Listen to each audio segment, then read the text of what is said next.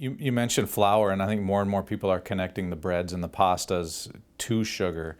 How does the body react when you take in the flour products versus just a sugar product? Good question, because it turns out a slice of whole wheat bread has a quicker glucose load than a tablespoon of sugar.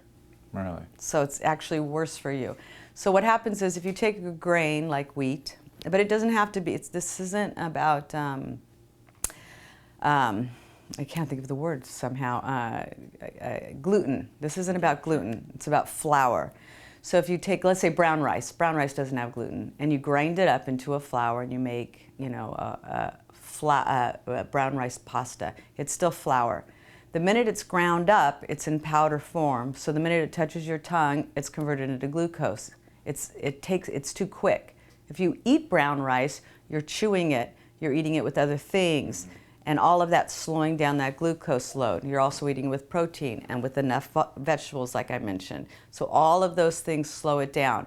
Flour is just, because it's in powder form, it touches your tongue, it turns into glucose, and it's an immediate glucose load, which goes through that process again. Are there healthier alternatives? You mentioned brown rice a little bit, but a lot of people are switching to the brown rices, the quinoas, the things like that to add into their diet instead. Right. Those are all great foods, but not in pasta form, not in flour form.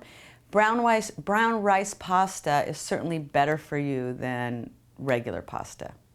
If you're not addicted, if you're not giving it up, if you're going to give it to your kids, it's a better alternative because it has more nutrients. But in terms of the glucose load, and in terms of the insulin problem, in terms of the visceral fat, it's the same. So it's not a better alternative. Better alternative is a cup of brown rice, or a cup of quinoa, or a baked potato even.